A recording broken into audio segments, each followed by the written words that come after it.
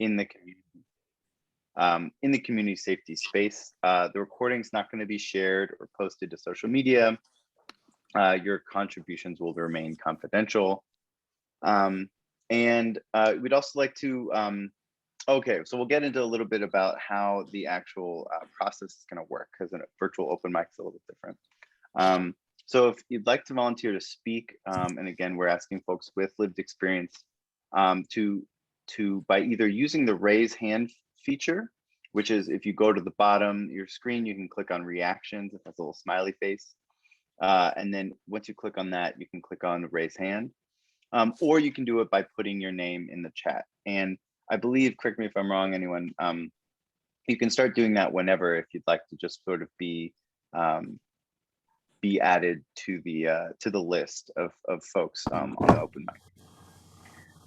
One other thing to say is that because we have limited time and we want to hear from many perspectives, there's also a 2-minute time limit for each community member's remarks. When there's 15 seconds left, Langford Wiggins, our community safety working group chair, is going to start playing some soft music in the background just to let you know that your time is coming to a close. We don't want to rush you or cut you off, but simply to remind you that there are other folks who'd like to speak. And the soft music is going to sound like this. So go ahead, Langford. Just some gentleness in the background, hopefully not too disruptive. Okay, so finally, I'm going to introduce our moderator for the night, who's someone who has not, who's newer to the DC for Democracy space, but I've collaborated with her on another community safety event. She's an incredibly thoughtful, dynamic person. Her work with the Innovative Academy of Language Arts and Sciences, I think I said that right. Alas, no, I didn't. No. But I'll put her website in the chat. She's doing incredible, holistic, personal and professional development work with folks in the community. So I'll let Ashley talk about it more and correct me on anything I messed up. So let's please welcome Ashley McMichael. Good evening, everyone. I'm so happy to be here with you tonight. My name is Ashley McMichael. Like Sam said, I am the founder of the Academy of Liberal Arts and Sciences. And last, we utilize a 2-generation approach to provide mental health services, economic empowerment, and STEAM education to families in the River in the District of Columbia. We are here tonight to talk about community safety. This directly applies to my work just because the work that we're doing sometimes is undone by community violence or just different things that people go through with it, or within our own communities. So it's a very important community violence, and I lived in a lot of different neighborhoods, so this is kind of home for me. So anyways, we're gonna start off by doing some community agreements. The first one will be say your truth. Speak from your own personal experience. Use I, we, our statements. This is a space for you to be brave and curious, to listen to others, and we're here to listen to understand and not to and next thing, right? So I'm going to start some grounding questions before I open the floor, before calling on. First question for the evening is, what do you need to feel safe?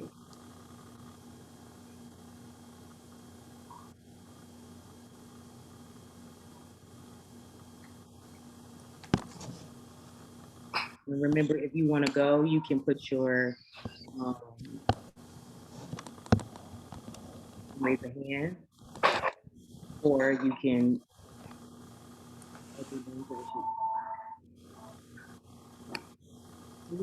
Okay, so what do you need? I'm sorry. Sorry, Noah, I didn't even see your message. Can you guys hear me now? Yes. Ashley, we have a sign up, Lisa Rice signed up to speak. So is that the only one? So Miss Lisa Rice, you can go. Hi, that was for, when we start the program, I wasn't answering the grounding question. So if you have more to go, yeah, I can wait. Yeah, and I think Ashley, just so you know, like I think we can just kind of pose all the questions and then open it up to whichever one people want to answer during their time. Got it. So as you can see, the questions are: what do you need to feel safe?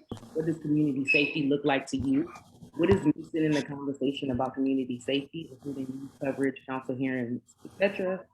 So those are the 3 questions that we can start thinking about. I guess I'll start. For me to feel safe, well, I feel safe most times, but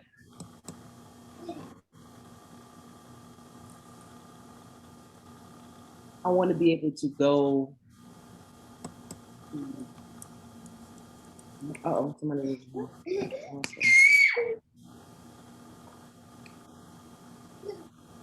somebody has their hand up. Go ahead, Mr. Oh, Ashley, I'm comfortable with waiting until you finish. Oh, okay. All right. So we have a visitor, everyone. So yes, for me to feel safe, I want to be able to allow my children to play outside and not worry about whether they might get hit by a stray bullet or with my son at this age, like I'm getting, as he gets older, I know he's going to get, go to middle school and high school. And I want to know that he's going to go there and he won't automatically be targeted because he's, chocolate and big. And, it's just freedom to live by choice, and not automatically be treated a certain way because someone has formed an opinion about you. And I think that everybody has a part to play in it. Police, people within the community, our elders, everybody has a role to play. And if we all play our parts, then I think that we can really see some change.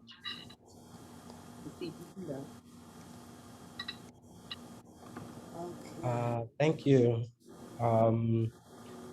Yeah, I think the first thing I would need to feel safe is to be a part of the conversation, the involvement, the policy making of what safety even looks like in our community. And I think that that's often forgotten, that Black and brown people were not a part of the conversation of what safety looks like, that the institution of policing and security and all these other forms were created without Black and brown voices. And so thusly, people will never feel safe under a system that they were never a part of being a part of.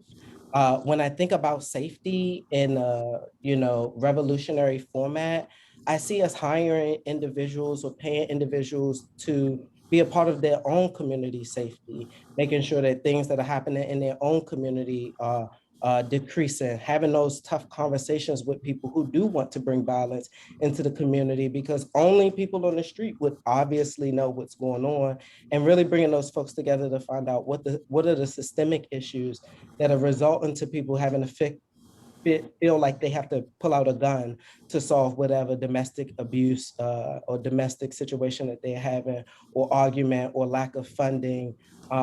There are roots here that I think that unless we start involving people in the policy making of safety, we're never ever going to really target. And there's always going to be somebody who feels unsafe in our society because they've been left out of that process. So thanks for letting me share. Next person, Miss Patricia Stanford. Good evening. The biggest thing for my community, for me to feel safe, last year was the first time I've ever really wanted to own a gun because I didn't feel safe walking around in my own community. But I've grown up in very urban communities and I never felt the need to own a gun. However, I agreed with Mr. Valentine's assessment that we were not involved in the conversations and planning what safety looks like from the beginning in the history of this country. Therefore, we, like the moderator said, I don't feel safe with my kids playing outside after a certain time. I am afraid to go to certain playgrounds with my children, and I should feel safe going to any public space in my community, but I don't. So safety looks like to me to be able to move around my ward, Ward 7, anywhere in the city and not feel threatened or feel like my life is potentially in danger or the life of my children. Thank you. Thank you, Ms. Stamper. That was powerful.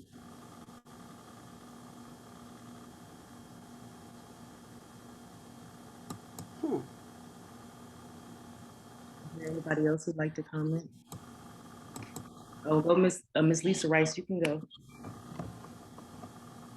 Hi, thank you. My name is Lisa Rice, and I guess I'm probably considered an elder. I just turned 60 this year. I don't know if that's an elder or not, but Yes, you're an elder. oh Lord. That's not a bad thing, you know? Maybe that gives me some liberty and some space. I live in Ward 7. In 2015, my husband and I renovated the house that my father and my uncles built in 1964. I was born in DC in 1961. We were residents in Ward 8 at that time, and then as I said, in 64, we moved into Ward 7. I've lived in and out of the district. I've lived in multiple places in the district, in Ward 6. And then, as I said, 2015, moved back to my childhood home. And I've lived in Boston, I've lived in New York, I've lived in New Orleans.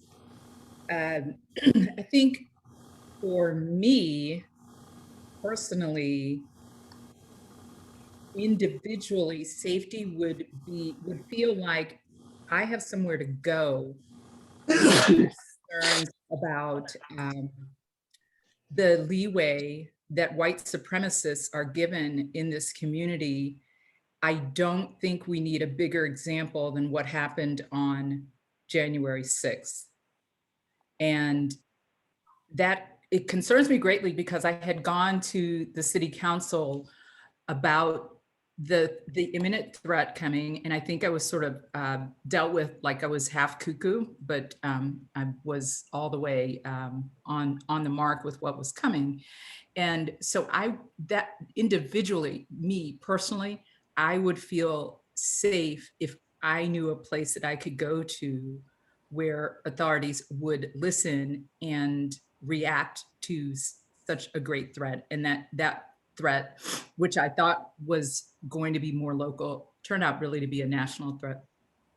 Number two, safety in my community is directly tied to, believe it or not, speed enforcement. We are a community of 1 block and 2 block streets. Some of the streets are 3 block, but we have a huge problem with people coming through the neighborhood because they can come down Massachusetts Avenue, and a lot of what we see is Maryland license plates, and we have people speeding through our neighborhood. And we now have younger generations, people moving in with 6-year-olds, 8-year-olds, babies being born. And these kids, they don't have the freedom that I had when I was a kid in this neighborhood. They can't run around because at any minute, there could be a car speeding through at 50 miles an hour. And that is no exaggeration. We have some stop signs at a corner just up from my house. And I'm just 2 blocks away from the corner. And there have been times when I've stood there counting the number of cars that actually come to a full stop. Before pandemic, it was between 1 and 2 cars came to a full stop. 1 out of 10. In pandemic, which has gotten worse, we're down to maybe 1 car, less than 1 out of 10 come to a full stop. And that is really, it's strangling our neighborhood because the 4th generation can't be out and play and have fun and just interact. And then, you know, my husband and I, as elders, we can't even be out and meet the young kids because their parents are in the same situation you are, Ashley. You don't feel safe having your kid outside without you. So those are my two biggest concerns as far as safety goes. And I didn't even get the music yet, so cool. I'm done. Great. Thank you, Ms. Lisa Rice. Mr. Kendrick Jackson, you can go next. Hey everybody, sorry, I'm actually headed to another engagement, one of my first engagements since being vaccinated, so I'm really happy to be with a bunch of other safe people. I would probably say my biggest concern with public safety is the nation. District's major departments that with the most vulnerable people that are themselves feeling unsafe. I work primarily in public housing, so I see where the Department of Employment Services falls short in their lack of coordination with the Department of Health and Human Services, and their lack of coordination with the Department of the DC Housing Authority. And I think when you slowly coordinate and you have good individuals within these agencies who do make the effort to coordinate, and sometimes underneath the radar of their leadership, you do get some good things that happen. And some of those good things that happen are people get access to jobs, which give them things to do, which give them access to healthcare, which makes them what we call work ready, even though they're ready to work. And by them not being work ready, they tend to lose jobs very fast. And by them losing jobs very fast or not being able to get those jobs, it frustrates them and they're back into the community with the lack of resources that they have. So I want to be very brief and just really, try to shine a light on the coordination between mental health and workforce development really needs to be looked at, because I've lived in neighborhoods all over the district, neighborhoods of people that are working, neighborhoods of people that are not working. And the biggest biggest difference in regards to that is their ability to have access to healthcare and their ability to be able to support themselves and their family. And when their families aren't able to be supported, I'm seeing a lot of children go out there and try to support for themselves. And then I'm also attending a lot of the funerals of those children. So I really appreciate DC4D for allowing me to speak today, and I appreciate it. Thank you, Kendrick. All right, Mr. Damien Dozer. Did I pronounce it right? Or Damien Dozer? That's close enough. Can you hear me? I think that I'm muted. No, we can hear you now. Oh, okay. Actually, the previous speaker spoke to many of the points that I wanted to raise in terms of safety being not only an issue related to crime or to violence. I think those things are symptoms of a larger disease. And I think the contributors to those diseases are access to healthcare, to access to healthy food environments, access to healthy play environments, access to opportunities, access to good schools. I think all of these things are kind of contributors. And so in terms of feeling safe, I would feel safe, and I think people in my community would feel safe if there was an equal playing field in terms of services, in terms of resources, and in terms of opportunity. And where there are gaps, that there would be a committed effort by either the government, whether it be a state, city, or local jurisdiction or authority, to fill in those gaps, not based on what they believe the gaps are, but based on what the community tells them where the gaps lie. And I think that would be, I think that would go a long way into, addressing the root cause of some of these things rather than just addressing the symptoms. Thank you. Thank you. All right, Mr. Ambrose Lane, is that correct? Yes, thank you, Ashley. Thank you.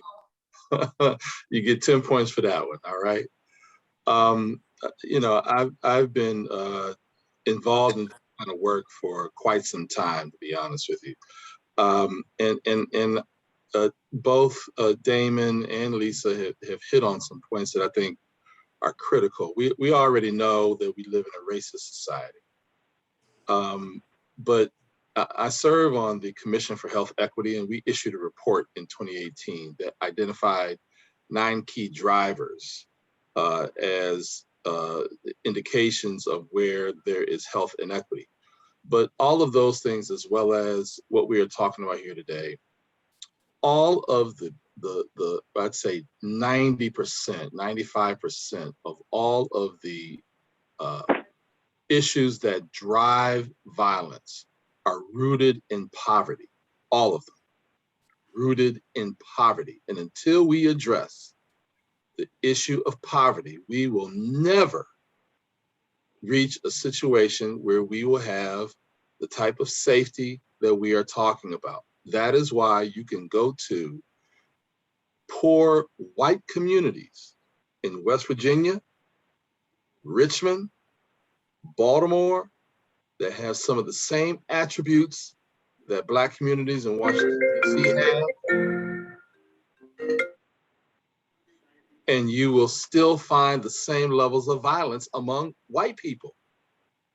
This is not a Black phenomenon. This is a phenomenon of politicians' greed and negligence. And until we solve, and we have in DC the means, the financial means to solve the issue of poverty. And until, when we talk about housing stability, that's poverty. Lack of educational opportunity, that's poverty. Lack of resources in educational institutions and public education, that's poverty. When we talk about transportation differences, life expectancy differences, all of those things are rooted in poverty. Until we get a grip, until we make the demand of our lawmakers to solve the problem of the pervasive, ongoing problem of poverty, we will always have a program here and a program there. I mean, I've done violence prevention. I ran a citywide violence prevention program in Congress Heights in Ward 8, Lincoln Heights in Ward 5, and Columbia Heights in Ward 1. And the issues are the same. You know, I organized the first citywide youth conference under Anthony Williams. Still to this day had the largest youth turnout at the convention center, more than 4,000 young people. Issued a book that thick in terms of what young people wanted. This was in the 1990s I did this. And the issues are almost virtually the same in 2021. Okay, so we put Band-Aids on problems. And so you now have block the block program, the recently developed block program. You have Cure the Streets. All of those things are good, but when the money runs out, it goes right back. And thank you for that melodramatic music. I appreciate it. I'm getting ready to go. I'm getting my meditation on. But I just wanted to let y'all know, when we talk about safety and public safety, we have to talk about the roots of all of these things that ail us, which is poverty. Thank you. Thank you. All right, Mr. Carla Stevenson.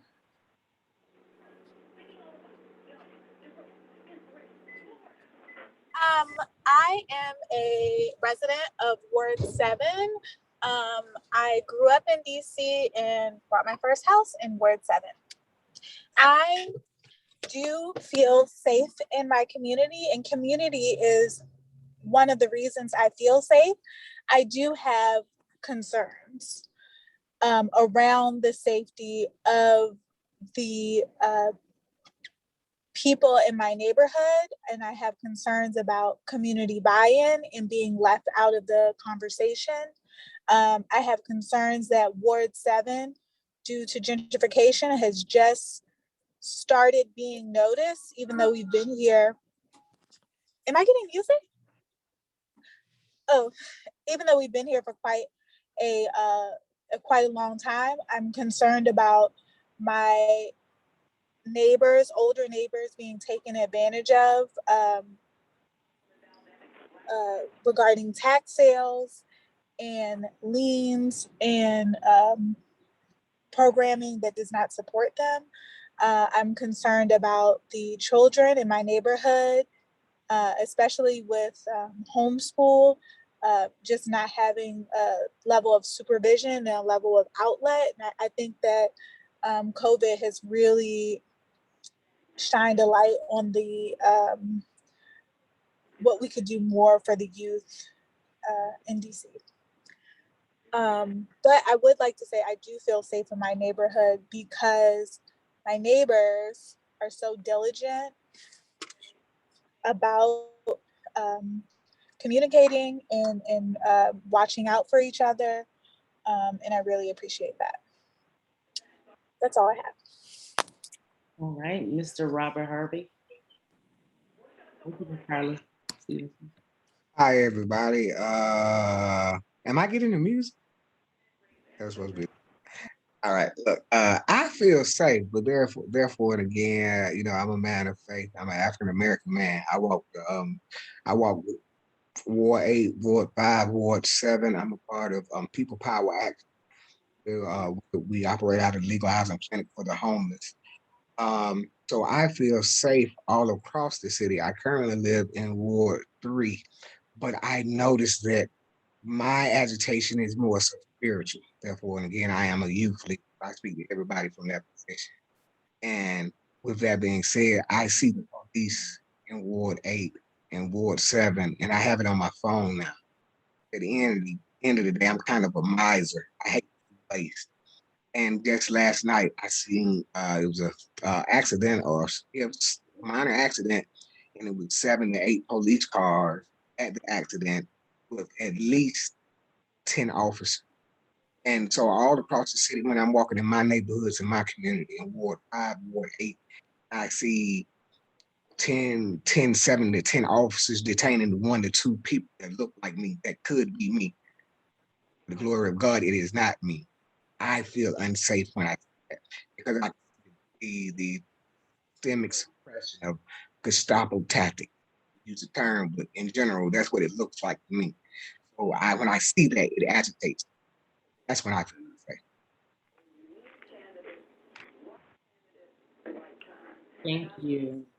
I think that's a good parallel as well, because I feel safe in my community. I'm not pleased with some of the things that go on, but I don't necessarily feel unsafe. But if a police car gets behind me, like I'm having like an anxiety attack. I ain't even did nothing wrong, and I'm like, you know, so it is a real thing. So anybody on the phone or anybody else is welcome to speak. Let me know. If not, we're going to go on to the next activity. I'll give you 5 seconds. 5, 4. I'd like to add to it. All right, come on. What's your name? Hi. Hi. I'm a resident. A mom of 4. I've been waiting about 6 years. Oh, you're breaking out a little bit. You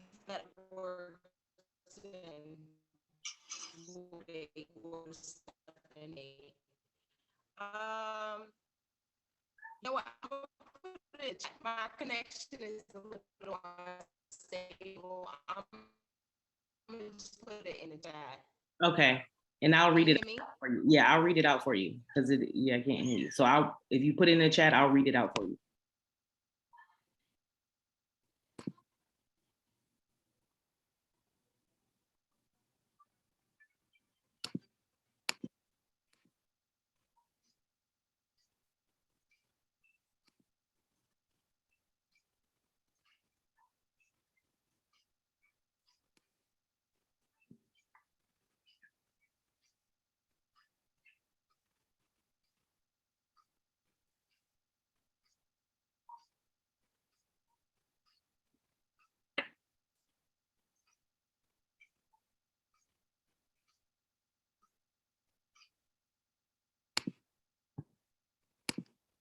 All right.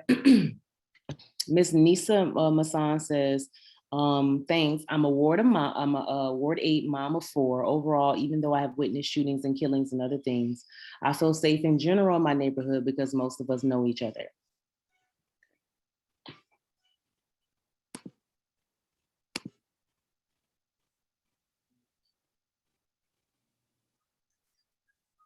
All right.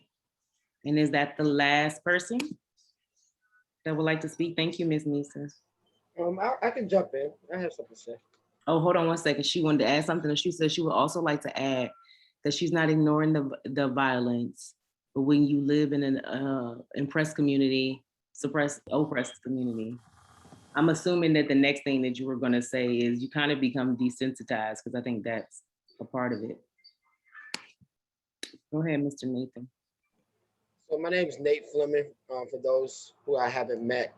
And I grew up here in DC, Southeast, and I currently work for the DC Council for Councilmember Trayon White. I'm committee director for the Committee on Recreation, Libraries, and Youth Affairs. And we've been holding a series of sessions similar to this to kind of draft a public safety plan for Ward 8. And, you know, like people have said earlier, these issues are kind of connected. Their root issues are, you know, education, youth and young adult engagement, employment, entrepreneurship, police community relations. And I just wanted to briefly share a few solutions that have come out of some of the sessions that we've had related to these issues, just to kind of forward the conversation. And one of the main things that we continue to hear is the need for a year-round engagement of young adults and youth, and the development of a stronger network of entities, maybe both in schools, recreation centers, nonprofit organizations, that can deliver mentoring, mental health, and engagement to our young people. Another solution is focusing on place-based strategies. We know where the hotspots are, and we need to continue to program and have events where communities can grow together, but also a lot of these apartment complexes have underutilized space. So we're thinking about creating a grant program so that the landlords can offer more programming in those particular communities. Entrepreneurship is definitely a key to impacting, you know, violence. We want to develop a community investment fund. We already have some grants that go out, $500,000 a year to Ward 7 and Ward 8 residents to start their small businesses, but we want to expand upon that as well. And then lastly, I'll say 2 more solutions. One, in terms of police relationships, a lot of places, when I grew up, we had the Metropolitan Police Boys and Girls Club. Other cities have police athletic leagues. So we want to get the police maybe more involved in youth engagement, maybe sponsoring recreation centers, having a police athletic league, something to that effect. And then finally, as it relates to employment, we believe that employment can help to solve a lot of these issues, like someone else said, empowering people in the community to have a role in mitigating violence. So we want to create a young adult employment program that's just as big as our summer youth employment program to help employ young people, both in infrastructure, construction jobs, where the city kind of has a connection to helping them get employed, but also helping some people be mentors in the community, and also helping artists do work that can help advance the city as well. So just wanted to jump in with some of those ideas that we've been working on. Okay. Now we'll go on to do an activity. Oh, so I'm going to pass it, and we're about to do a Menti activity, so I'm going to pass it along. Can you hear me? A little bit. You sound kind of like far away. All right. Let me see. Adjust. Can you hear me better? Okay, perfect. All right, you all. Thank you so much for joining us this evening. What we're going to do next is do a Menti exercise. The purpose of this Menti is so that we can hear from those who haven't had a chance to speak. While we are centering the voices of those with lived experiences, we also want to hear from all on the call to kind of get an understanding of how you feel about community safety. So I have entered into the chat a website where you can visit and click on the link and there should be a question posed and fields where you can put in answers. So I'm gonna give everyone a couple minutes to take some time to fill in the question. I'm gonna share my phone so we can see the results and discuss.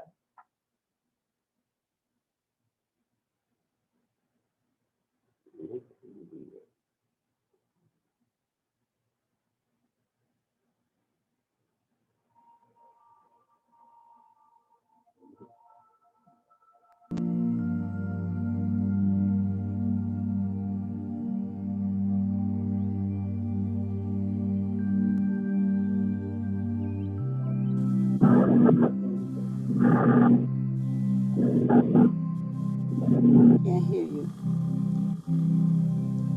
Can't hear.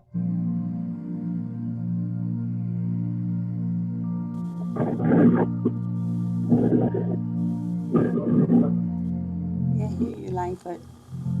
And I can't get in.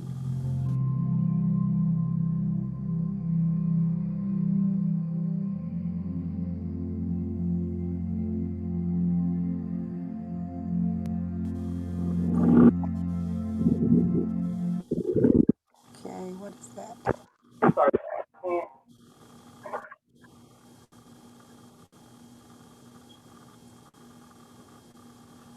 Can't hear you, Langford.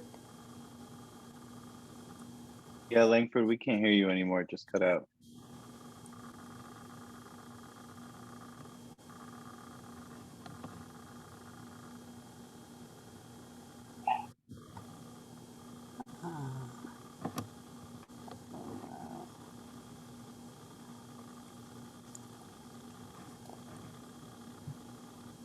Okay.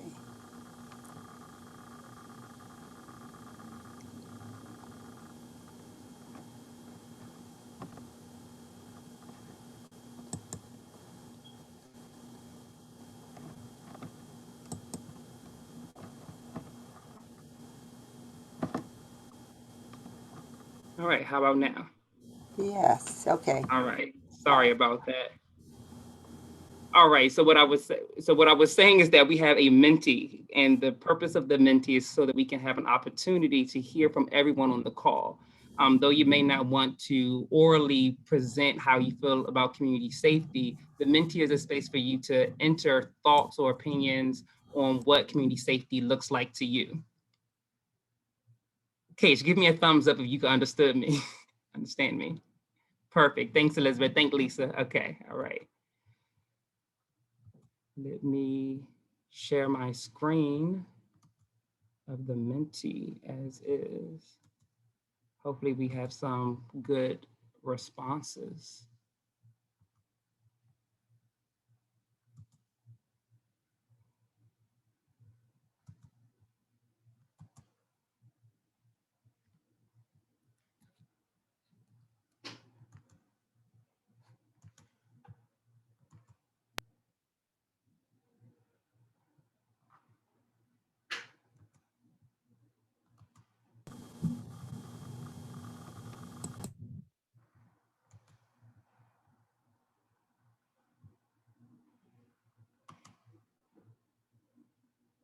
Make it a little bigger. So what I'm seeing is peace. Some folks have said no police. I'm seeing fair gun control. You want to know your neighbors. I hear someone say neighbors looking out for each other. Police alternatives, abolition, traffic, language access, transformative justice, uplift, jobs, training, freedom, guns, employment, self-governance, walking at night, invest in communities, opportunity. I think that's one of the bigger ones I'm seeing. Laughter,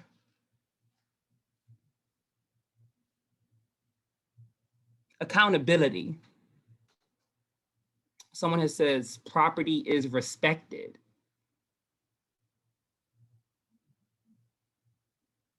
Someone said sugar.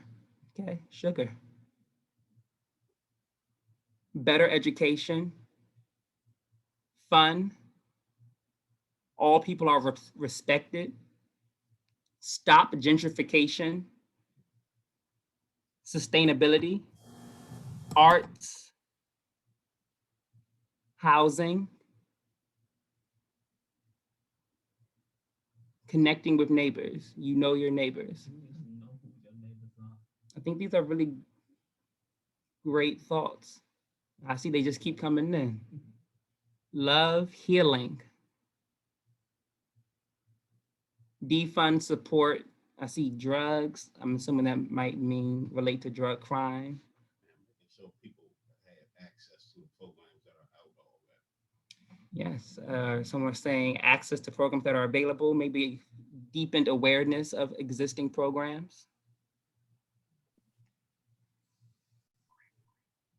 More green spaces.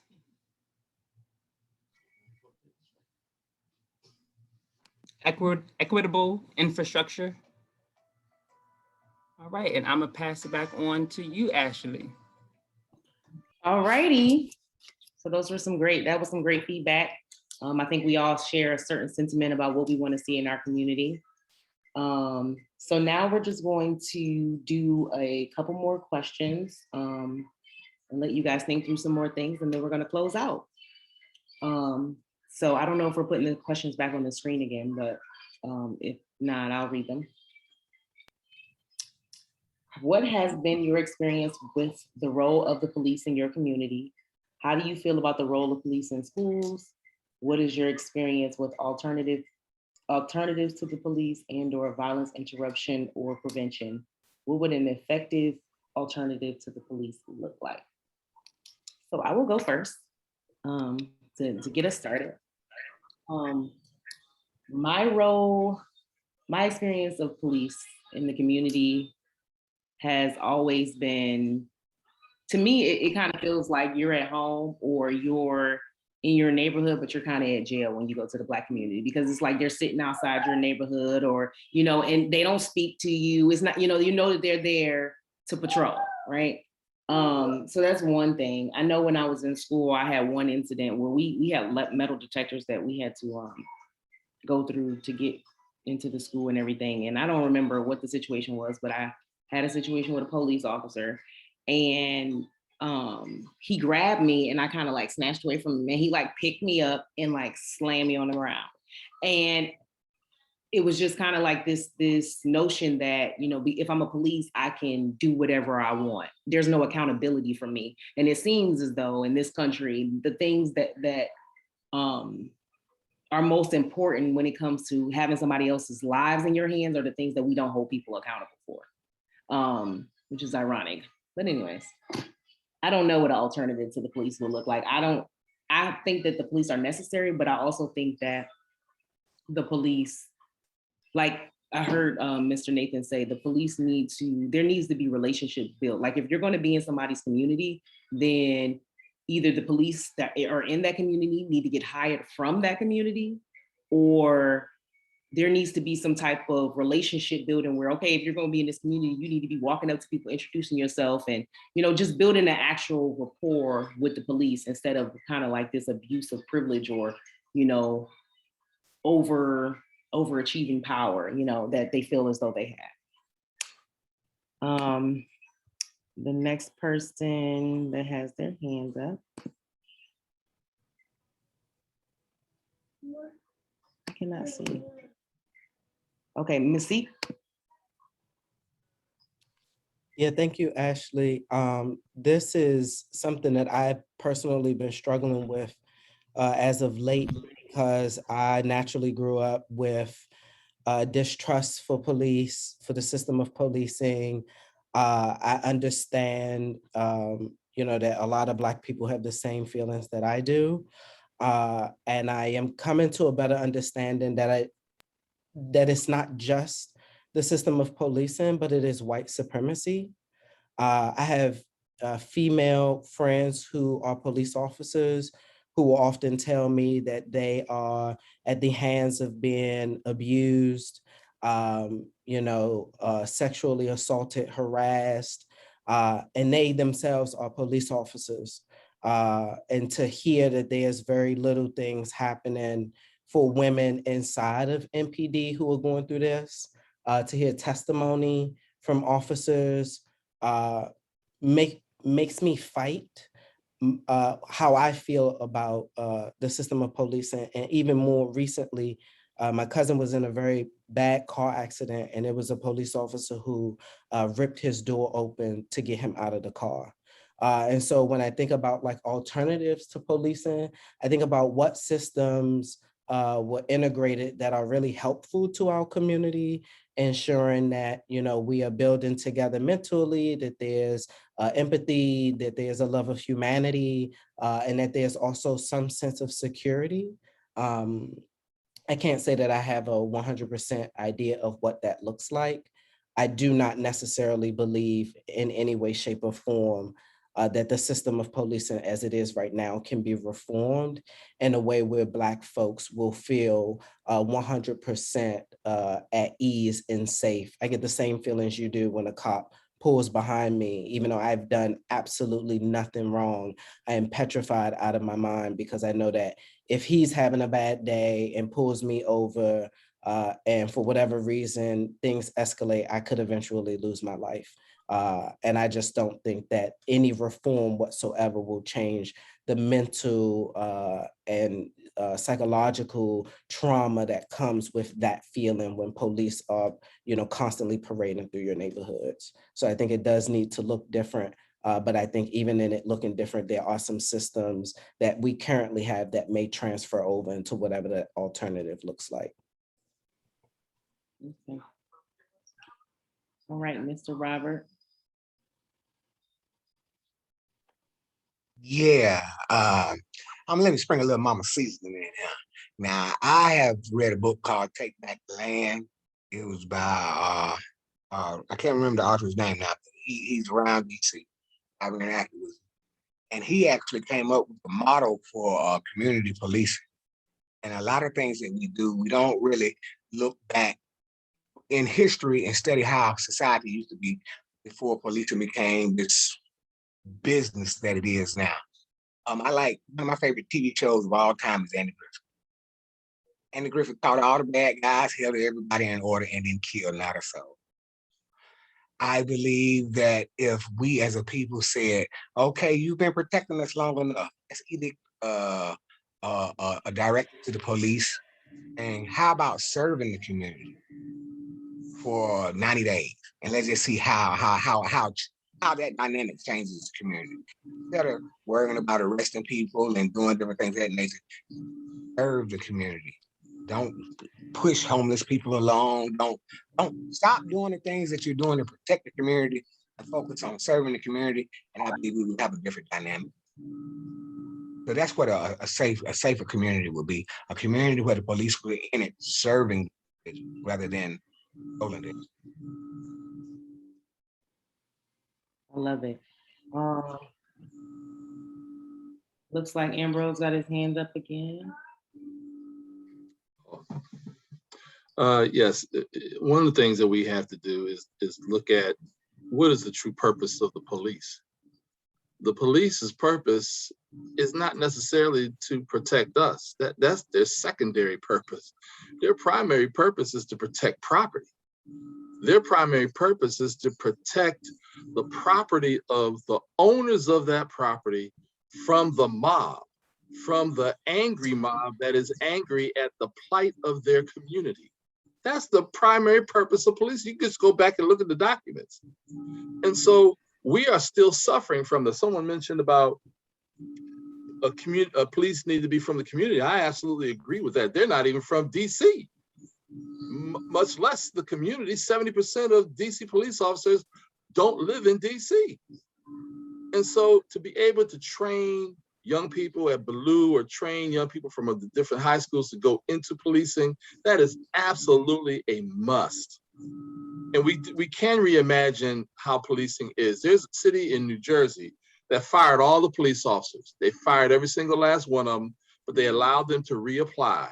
And they had to reapply because they changed the way that policing was done in that city. And we can do the same thing here. The other thing is that we do need to, we say defund the police, but we really need to disinvest. Disinvest from the police in terms of their budget and put that money towards something that is more useful. For example, okay, right now we have to be able to allow those that are mental health specialists to ride along when there are calls that are dealing with someone that has a mental health problem. No, don't send the police. Police don't have that kind of training to deal with a mental health issue or a mental health problem. This is the retraining. There are police departments that are retraining their police to not shoot center mass. We know center mass is the center of the chest. That's their first reaction, to shoot center mass. And there are police departments across the country that are now training their police officers that if they're going to shoot in the leg. If they're going to shoot somewhere else, don't shoot center mass, which almost always ends up in a death, always ends up in a killing. And so there are things that can happen and should happen that we need to be talking about. But again, you have to understand the nature of what the police are here for.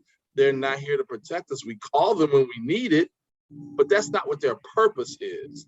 And if you understand that, then you can understand the need to retrain, the need to really reinvent policing. There, you go to Europe, some countries in Europe, police officers don't even carry guns. And they don't carry guns because there are other services, there are other structures and infrastructures in communities that bring down the levels of crime, bring down the levels of shooting. We have the highest rate of gun violence of any nation on the planet. And as long as we have that, I got my meditation music coming. I hear it coming. It's all right. It's gonna be all right. Y'all, it's gonna be all right. All right. I'm okay. Thank you for that meditation music. That means I need to shut the hell up and do some meditation. And that's all right. I love y'all. All right. Oh, gotta love it. Hi, Ms. Rice. All right, go ahead, Ms. Rice. I put in the chat something that I'd put in a public forum. It was actually a forum hosted by Dan Rather. And he was asking people, what do you think can help? And I put in, disarm the police. Of course, I got slammed, and that's all right. I can take that. What was really great about that, though, was the response I had from a recently retired police chief from the Pacific Northwest. And he said he had done not exactly that, but went back to the training manuals, went back to how his force polices and what they police on. So Ambrose, not far from what you're saying, getting away from this direct connection to slave patrol, which was about protecting the landowners, but what do people need from and want police to do in this day and age? And he had some really good data. If I thought we were going to get this deep into it, I would have brought it. But so yeah, that was my idea, and I took a lot of crap for that. But I wanted to come back. I forgot to mention that I am the mother of a DC public school teacher, and Masiki, my heart is just. I don't want to get mushy, but my heart is just breaking because I just, I feel for you, what happened. Thomas, who is my son, was pulled over by the police when he was in high school. And I'm thankful that there were witnesses to see what was going on, people who actually pulled over and made sure that the police knew what was happening to him and that they were being watched. But everything that happened a year ago brought back feelings and emotions I had not had since my child was in high school. And every mother of a Black child, especially boys, has this ache that we carry around. And so Masiki, I'm so sorry that happened to you. I just am, because it sucks. And I love you, and I'm sorry that that happened to you. And I'm done. Hugs, the virtual hug.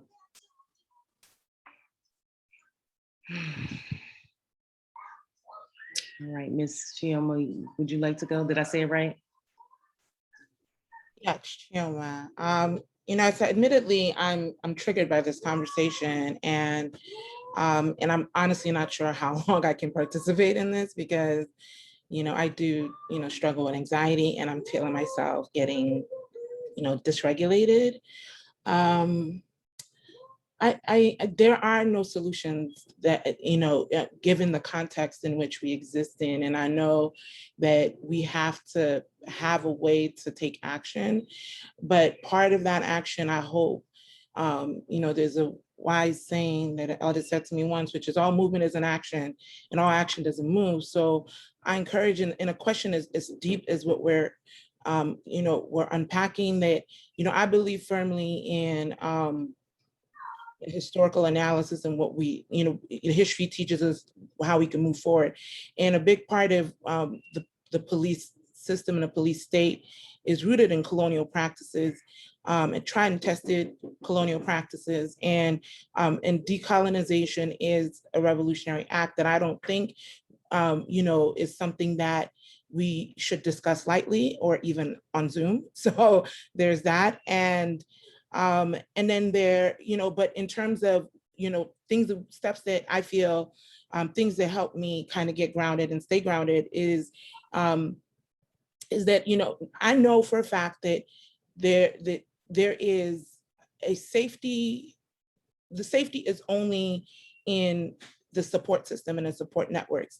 And even within the context of the mental health system, I just also want to impart, because my work is rooted in two particular systems, well, really in all the systems of care and mass, but from a centering of disability justice and centering families in the middle of that. And if you understand what that means, that also means that the healthcare system is a carceral system for our communities, right? So, and I've been very active in, the school behavioral health process. I believe it is the actualization of counselors, not cops. And at the same time, I'm very critical of how we implement a mental health model within the existing colonial structures that policing is implemented, is the foundation of it. What is the theory of change of policing? It is to keep people confined in the spirit of what colonialism has always meant. It is to contain you.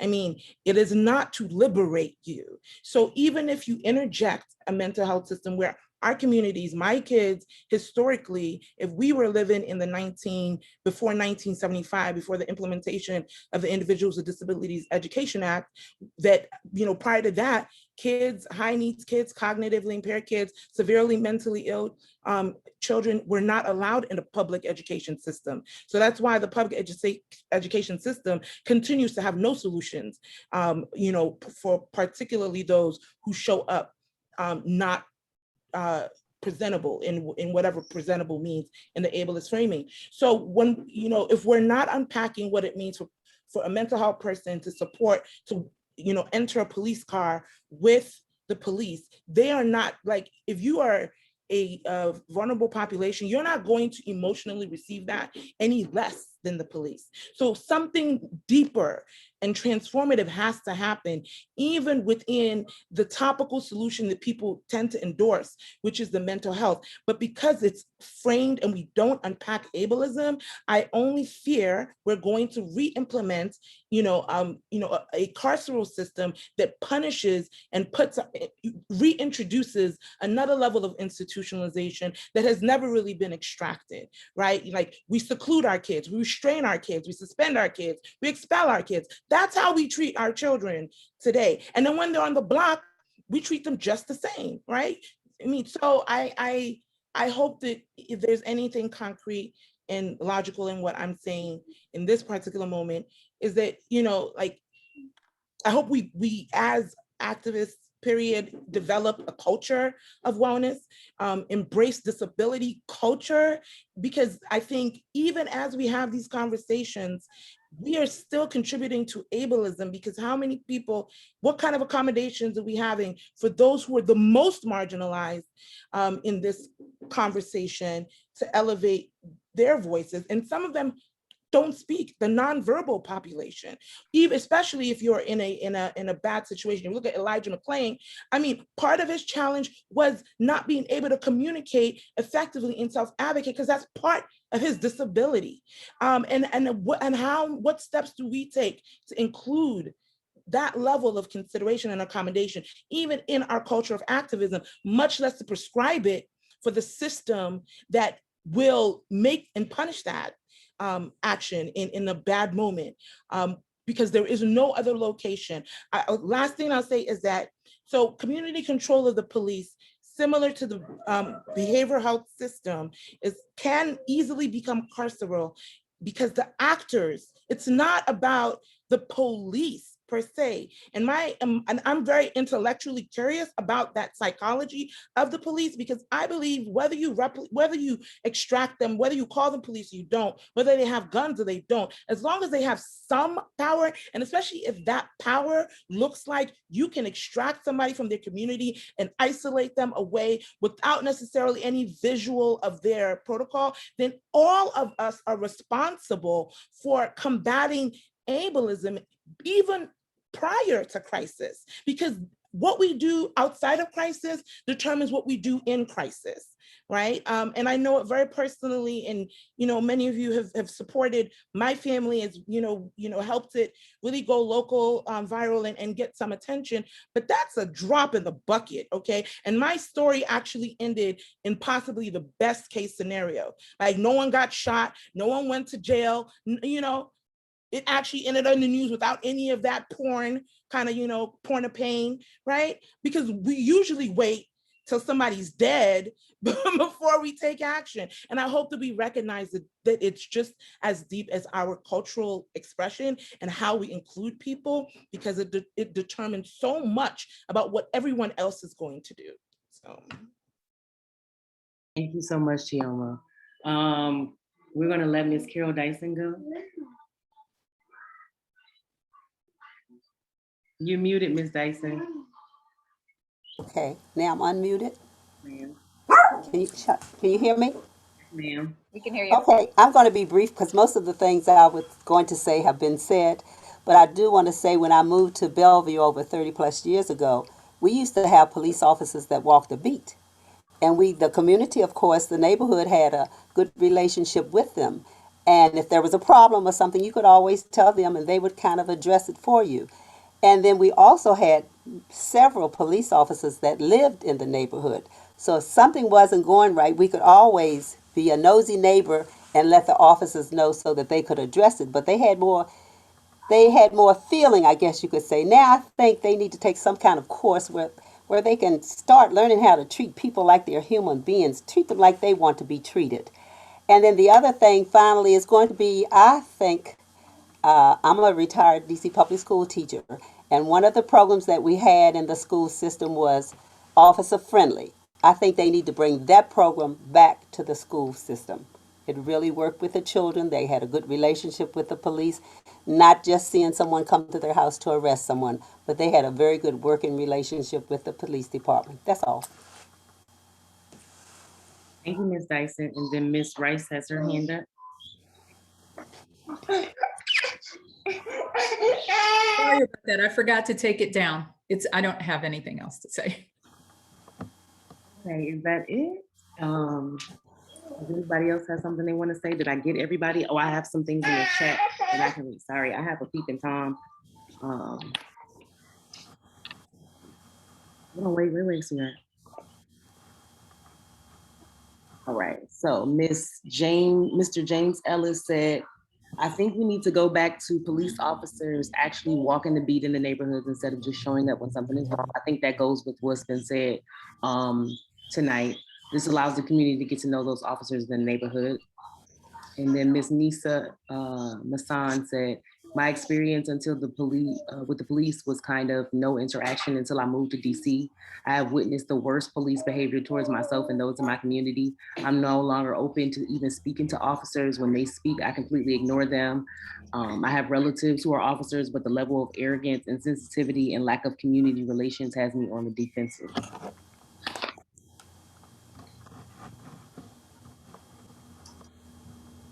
John Fletcher. Fletcher? Did I say right? Is it Fletcher? Oh, yeah. Oh, thank you. Yeah, I found the unmute button too. I really appreciate this conversation. What's it like? Alternatives to the police? In some ways, I'm living that. I'm a cisgender heterosexual white man living in Ward 3, and I co-own a home. So, gosh, when I look around, just like many people have been saying already, my neighbors and I, we have health. There's a lot of investment in our education, jobs, and that just creates so much stability. That's where I feel the safety comes from that I'm experiencing. Of course, the police show up at every ANC meeting and take credit for it all and encourage neighbors to keep calling the police. But I don't see that as being the source of the safety. Wouldn't it be great if Ward 3, myself included, if we stopped hoarding these resources? Chioma, like you're saying, if we were able to talk about decolonizing so that everybody could have what we took, because there used to be, the Nacoschek and the Piscataway living here, and there was Broad Branch and Fort Reno, thriving Black communities. This was many decades ago, but the kind of gentrification that's happening elsewhere happened in Ward 3 a while back. And that is where I think the conversation needs to happen. If we could stop hoarding and start sharing, everyone deserves what I have, and I want to be a part of that. I love it. I definitely agree with that. Do we have any other comments this evening?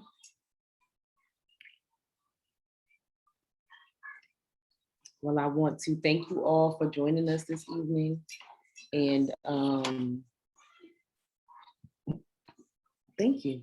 Sorry, this one right here, he doesn't want to go anywhere else. He wants to be with me, sorry, but anyways, thank you guys so much for coming. Everybody had such valuable feedback, and just to speak a little bit about what I'm doing, I'm working on doing a youth listening campaign and some outreach events in the community to build relationship.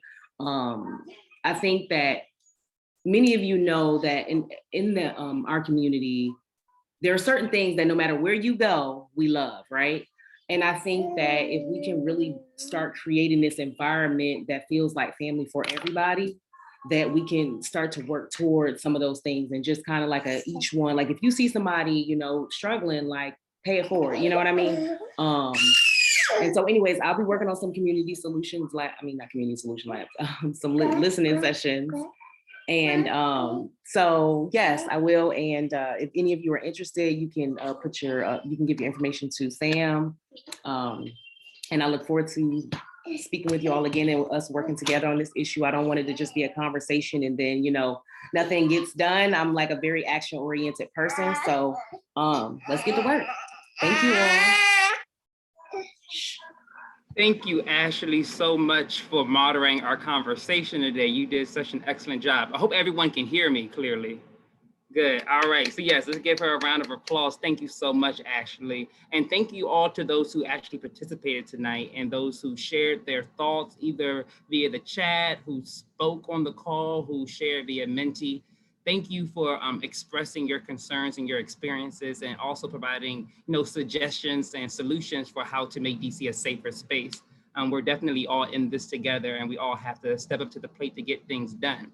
I've heard consistently on this call that we're all looking for actions and ways to get involved, and we don't just want to talk. And this is the same for our community safety work group, where we want to actually take what we're learning today and come up with a way to get more engaged and more active in this conversation and this topic.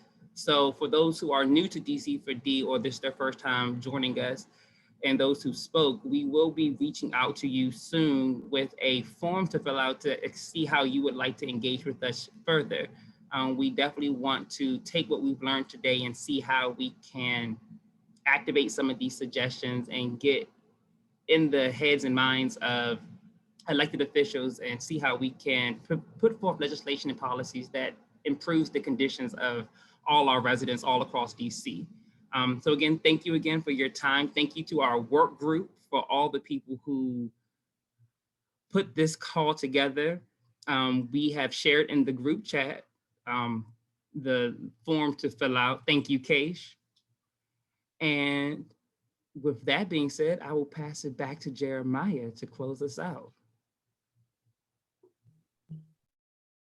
Oh my, this was awesome, y'all. Let me say thank you to the moderator, Ashley. Thank you to the working group who organized this event. This was an amazing meetup. I am really inspired. I gotta say, this is one of my favorite of the year by far. So I really appreciate everyone who took the time to organize this amazing event.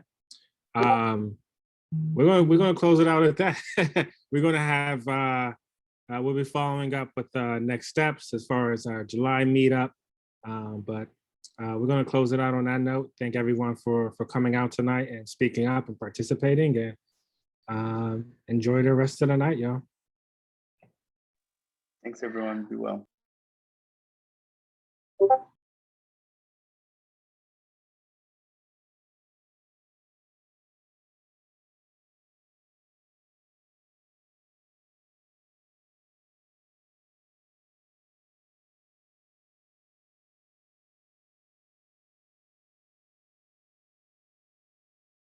Hey, everyone. Who's left on the call today? Hello. Still here. Here. Okay, I'm just trying to wait until we have just the main working group. But I think we're good. Well, I think Case jumped off already. But either way. I can text her to get back on if you want me to. Lynn. Yeah, let's ask her to see if she can jump back on. Her Yeah, and I'll ask Stan. her.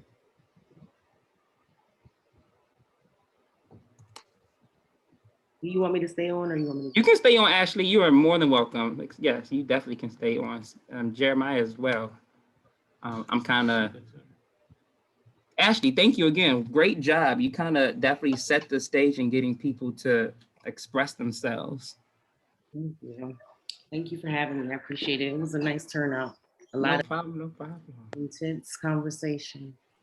Yes, a lot of intense conversations, a lot of emotions. And the kid in your background was adorable too. Your special guest was so cute. Yeah, that was fun seeing your son there. Anymore. It's like when I'm talking or like if the door is closed, he's like, oh no, she's doing something important. Let me bust in. I want to be a part of this. I'm the most important thing in her life. Okay, that's how he feels. Even with that, he's like, out of my way. Was there any takeaways for folks? Anything that stood out? And I know we also got to kind of think about when we want to meet again to kind of go over next steps. But I guess I first just want to hear your general thoughts of what we could do better, but other than some of my technical issues, sorry. I think it was very good. I'm wondering if we can do something where maybe some games or something, or like something that calls more self-reflection. Because sometimes, you know, we'll say things don't bother us or like we're not feeling a way about something, and then we really are.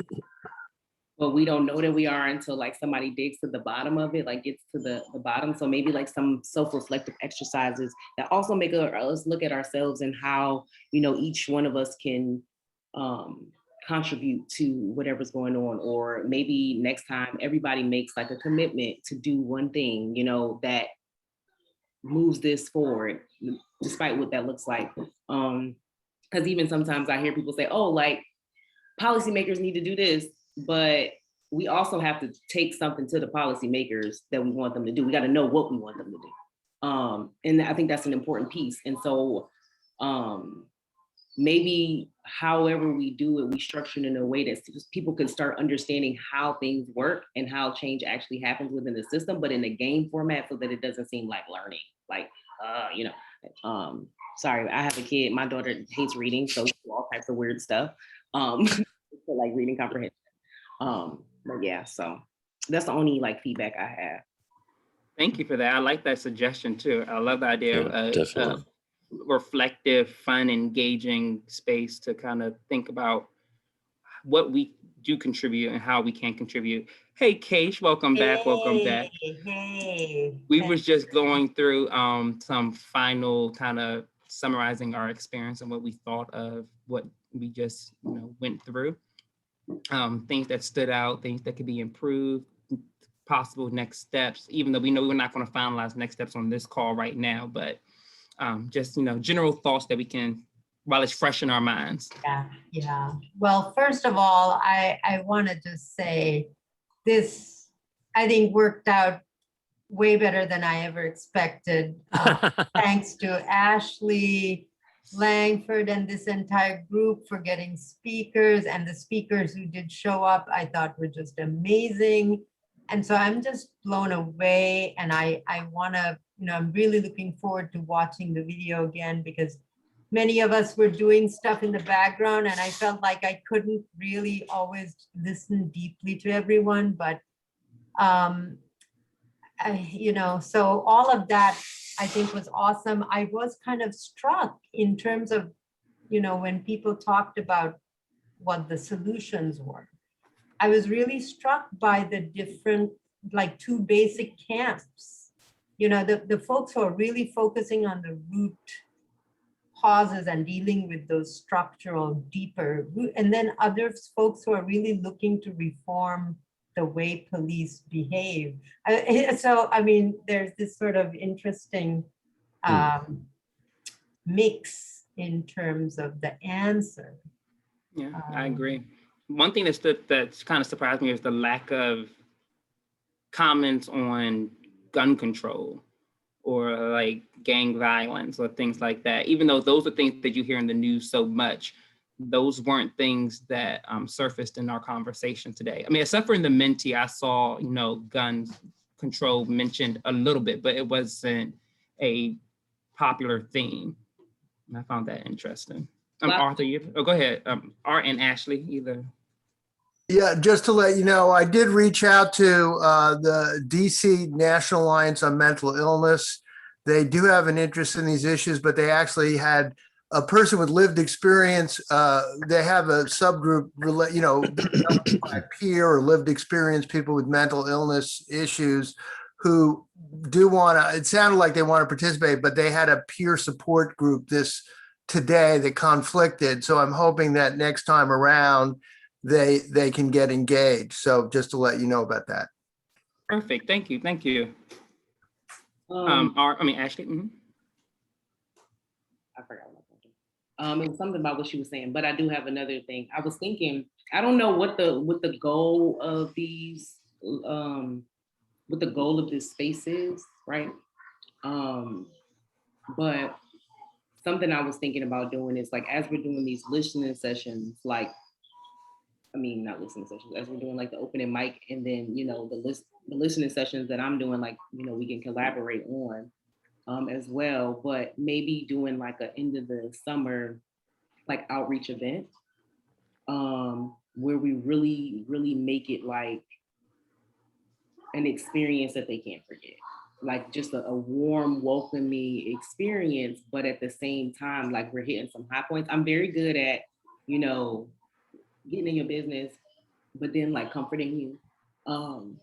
But, just really, just embracing it, because I think that in order for any of these things to stop happening, we have to stop looking at each other like we're enemies. Like, I'm not your enemy. That's something I make my parents say to each other, when they come to class, like, look at each other and say, y'all not each other's enemy, because that's like the reality. So anyways, I just wanted to put that out there because that's something that I want to do this summer. I like throwing parties. So I was like, oh, this would just be like what I do all the time, times like whatever, I like the idea of an event that's kind of around this community safety thing. And I think the idea, people talked a lot on the call about wanting to see the police go back to old ways of having true relationships with neighborhoods and residents. And I think even an event that brings the two together, where we talk about community safety, we do reflective exercises, and we also, actually engage with police officers. Can you hear me? Okay. I hear you. I'm sorry. You get me excited. I started thinking. Good. Okay, I'm sorry. I won't keep ranting. Elizabeth, John, Jamie, any thoughts you all want to share or feedback? I would just throw in that I think it did go very well and better than I expected it would as well. I just wanted to second that idea.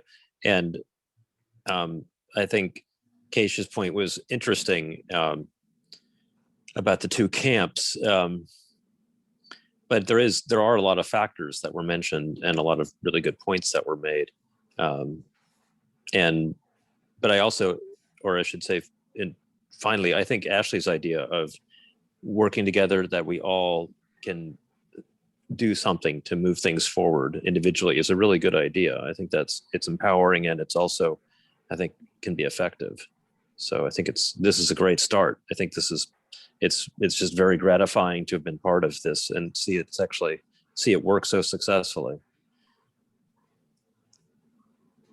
Likewise. Yeah, I don't really have anything to add. I would just second all that everyone is saying. I thought it really went well, and a lot of people were able to express their views, which was really interesting. I thought it was interesting that on the what does it take to make your community feel safe, there were so many so many comments about eradicating poverty and employment and all these things that for the most part it seemed like what people went to first. Yeah, I definitely think we have a good consensus of what people want. I think I think creating a path forward isn't going to be difficult, it seems. I mean, granted, we don't want to think that the folks who participated today are representative of, all of DC, but I do think we did get a good, diverse perspectives, and we heard from people from different walks of life and different communities and different employments and what have you. Yeah, just very quickly, want to echo what everybody else had said. And I was really blown away by some of the remarks that we got, just super powerful and, stuff that I hadn't considered before. So I also am excited to go back and rewatch and transcribe and, look back so we can take what we learned and move forward and apply it to what we're doing in the future. I also think a collaborative event sounds amazing, and just collaborating in general. And I'm also excited to kind of hear the results of the youth listening sessions, because that's one group that I don't really feel like we heard from today. Was people younger than 20. But yeah, I'm really, really thrilled with how the event went, and I'm very appreciative of everybody's hard work. So thank you. Well, thank you all again. If there's no more comments, I'm assuming we'll leave the transcribing and watching of the recording to the steering committee. It's just to kind of limit it getting out to other people. Kate, you had a thought? I was going to say, I thought we said that we would share it with the working group, since it's the working group. Okay, if you want to, I don't mind. I think it's appropriate. I thought, let me just double check what we actually announced. Yeah, Sam said that it's being recorded solely to support the working group. Okay. So I think this is the group that is most interested. Okay. And yeah, if you don't mind sharing, just just put a little note in there, letting all who are in the working group know not to share. Not to share, but right, not for external distribution at all. Okay. Yeah, I'll send that out tomorrow. Okay. All right, and then I will send around a doodler so we can schedule our next meeting and take it from there. Righty. Thank you all again, Ashley. Great job. Oh, just amazing. Thank you. Wonderful. You all have a good evening. Thank you. You too. Thanks, Bye, everybody. Thanks, everybody. Bye.